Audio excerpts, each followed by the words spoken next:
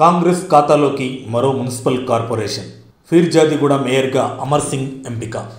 మేడ్చల్ మల్కాజ్గిరి జిల్లా Peerzadiguda municipal corporation Congress వశమైంది.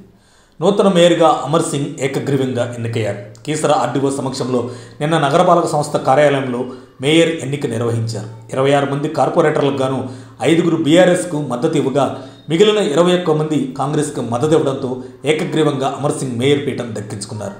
అప్పటి mayor Jakka వెంకటరెడ్డిపై పెట్టిన అవిశ్వాస తీర్మానంలో కాంగ్రెస్ గెలిచింది. మేయర్ ఎన్నిక ప్రిసైడింగ్ అధికారిగా కీసర ఆర్డీఓ వెంకట ఉపేందర్ రెడ్డి వ్యవహరించారు. అమర్ సింగ్ ఎన్నిక అనంతరం కాంగ్రెస్ కార్యకర్తలు భారీ ర్యాలీ నిర్వహించారు.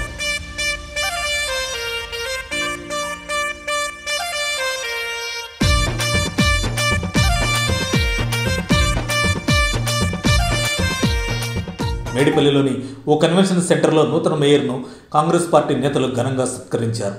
తాజాగా ఫిర్జాదిగూడ కార్పొరేషన్తో కలిసి మేడ్చల్ నియోజకవర్గంలో 3 కార్పొరేషన్లు హస్తం తన ఖాతాలో వేసుకుంది.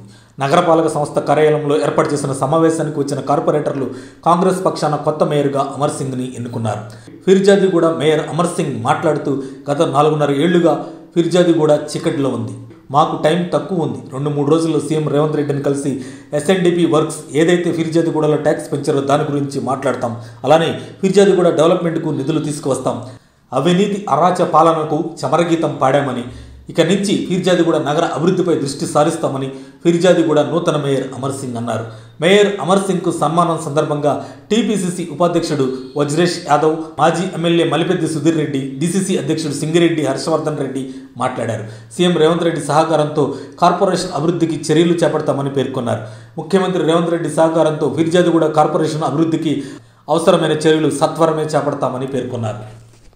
అప్డేట్స్ కోసం మా కాయ్ టీవీని సబ్స్క్రైబ్ చేసుకోండి. మా వీడియో కనుక మీకు నచ్చినట్లయితే లైక్ చేయండి, షేర్ చేయండి. మీ విలువైన అభిప్రాయాలను కామెంట్ బాక్స్లో తెలియజేయండి.